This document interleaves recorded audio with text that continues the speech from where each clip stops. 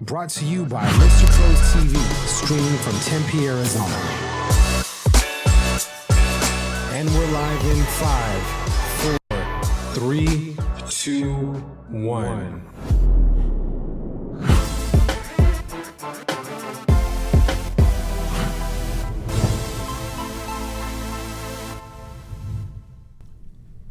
Hey guys, Jordan Nielsen here, host of Real Estate Pros on Mr. Pros TV, and today we have a very special guest in our studio. We have Frank Hanson of Coldwell Banker. Right. Thank you so much for taking time out of your busy day to join me here and talk real estate on Real Estate Pros. Well, thank you for having me, Jordan. I appreciate it. Yeah, so for those watching that may not know who you are, we'll give you a couple minutes to introduce yourself, how long you've been in real estate, what did you do prior, and what interested you in getting into the business, and then we'll kind of go from there. Well, I guess what interested me in getting in the business. Well, first of all, I've been in the business for 45 years. I've been in the profession.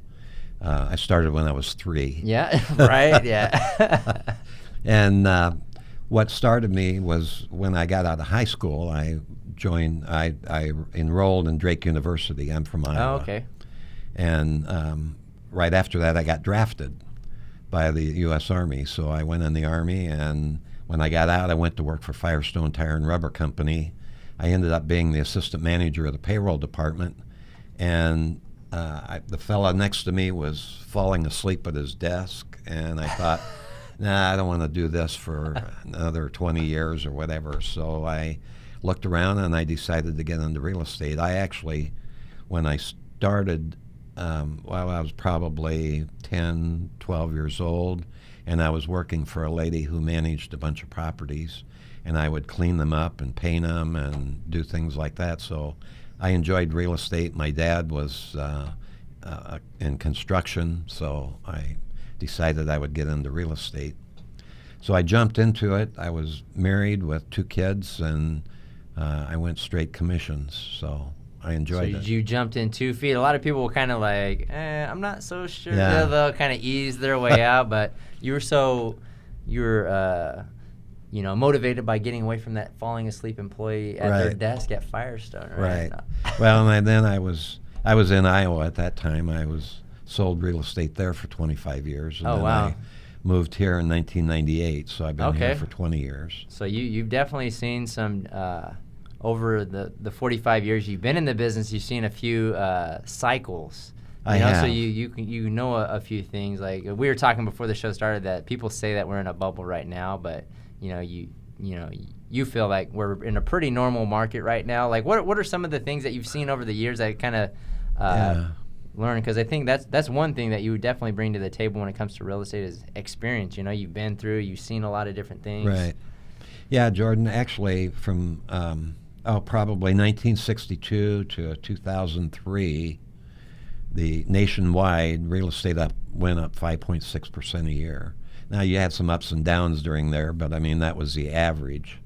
And then in 2003, everything went wild, and and it took a while to get back to what we're doing today, which is in the past, I would say 3 years, we've experienced about 5% appreciation here in the Valley. So I think that's kind of normal.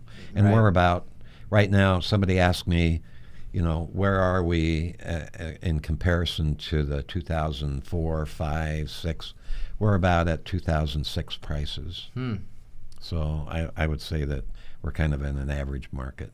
Yeah, and it's kind of recovered, not slowly, but not like it didn't run back up all real fast. I think a little bit whenever all the investors were buying up all the inventory, because I did that. I was buying for a hedge fund, and then I saw prices kind of move for a bit there, but then it kind of normalized again. Yeah. Well, I sold a house at one point for $722,000 that the guy later sold for $400,000. Oh, wow. So, and now that price on that's probably up to around $650. Okay. So on that same type of home. It's getting back there. So what do you like most about being in real estate?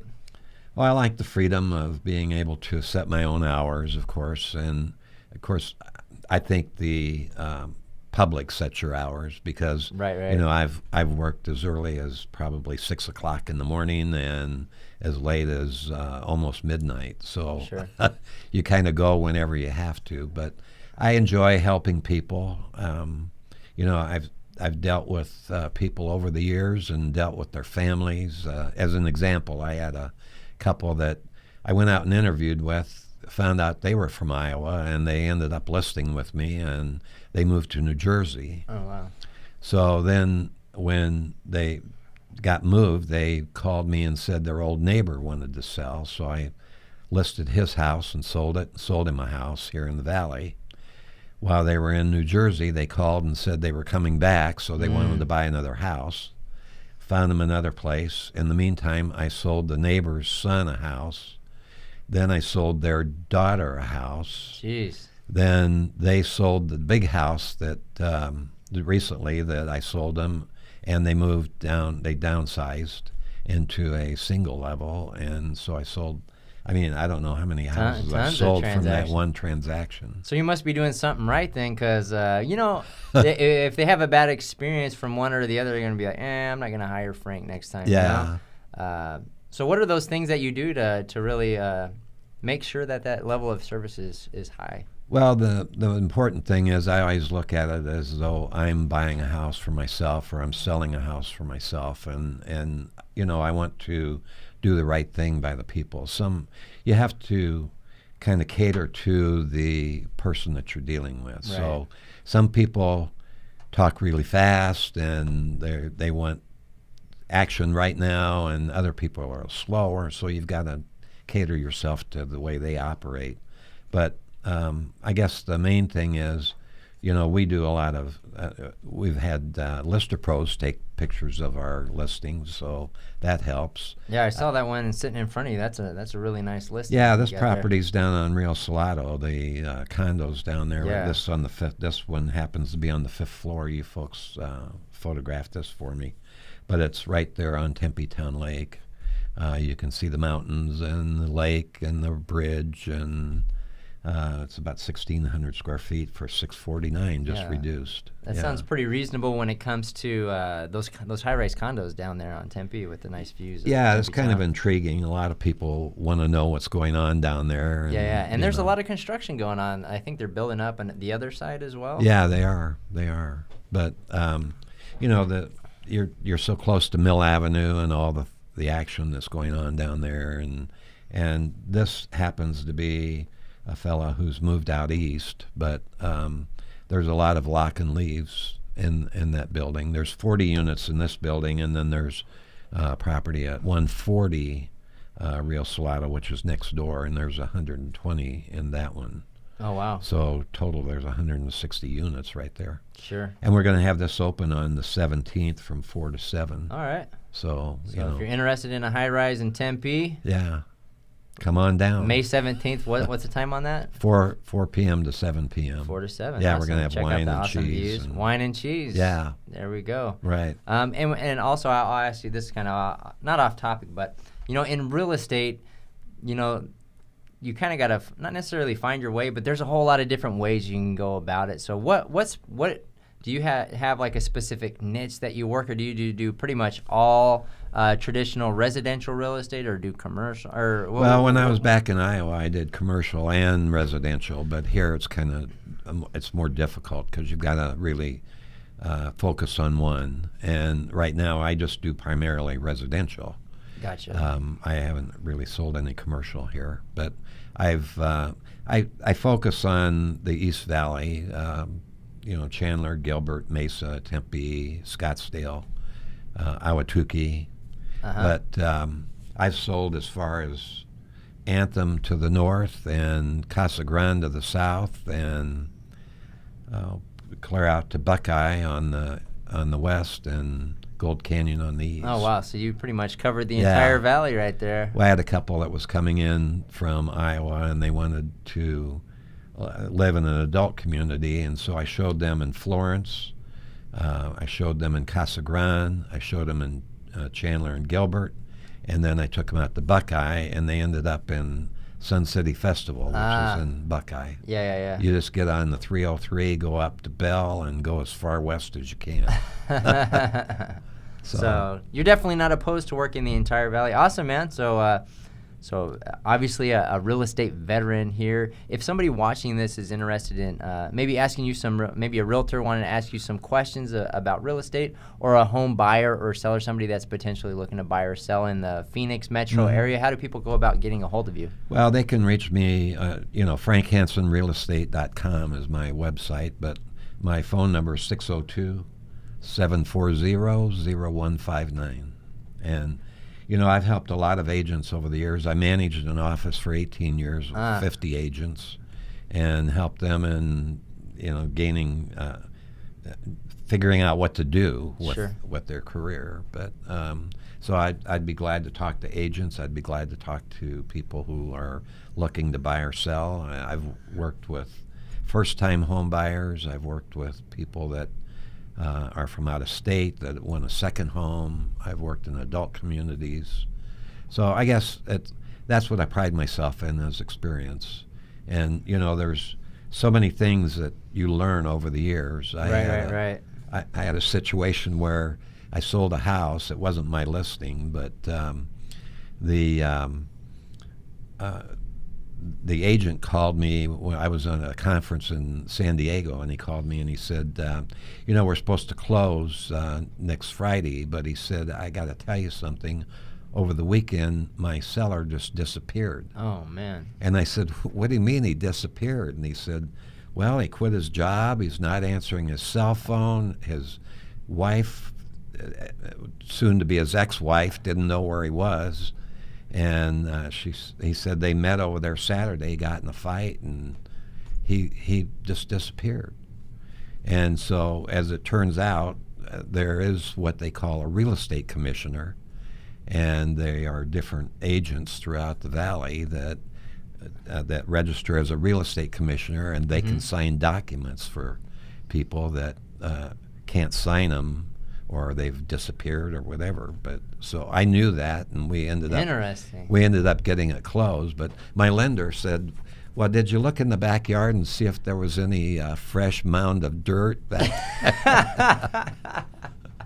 The soon-to-be ex, may have had something to do with that. Yeah. But so hopefully they eventually found the guy.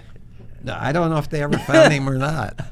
I got the deal closed. Well, the guy that was buying it was doing a 1031 exchange. Oh, gotcha. And had a tax-free exchange, and had to buy that property because that was one that he identified, or he would have had to pay tax on $170,000. Right.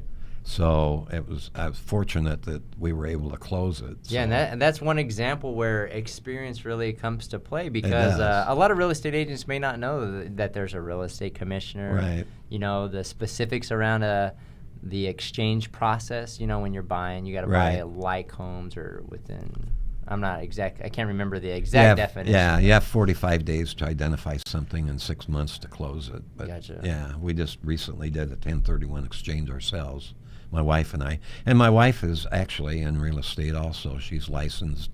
And we've recently helped a lot of landlords that have properties that the tenants have not been kind to. Right. And we've helped them remodel the properties. And Janet, my wife, works with that a lot. So do you guys work together? Or you found that you guys keep business a little separate, and then yeah, it's hard not to sit at dinner and talk about business. But, right. So, but anyway, we've remodeled some homes, and they've all sold within a week. Wow. Yeah, it's just really been good. So do you guys flip homes? Do you flip homes, or is that for clients?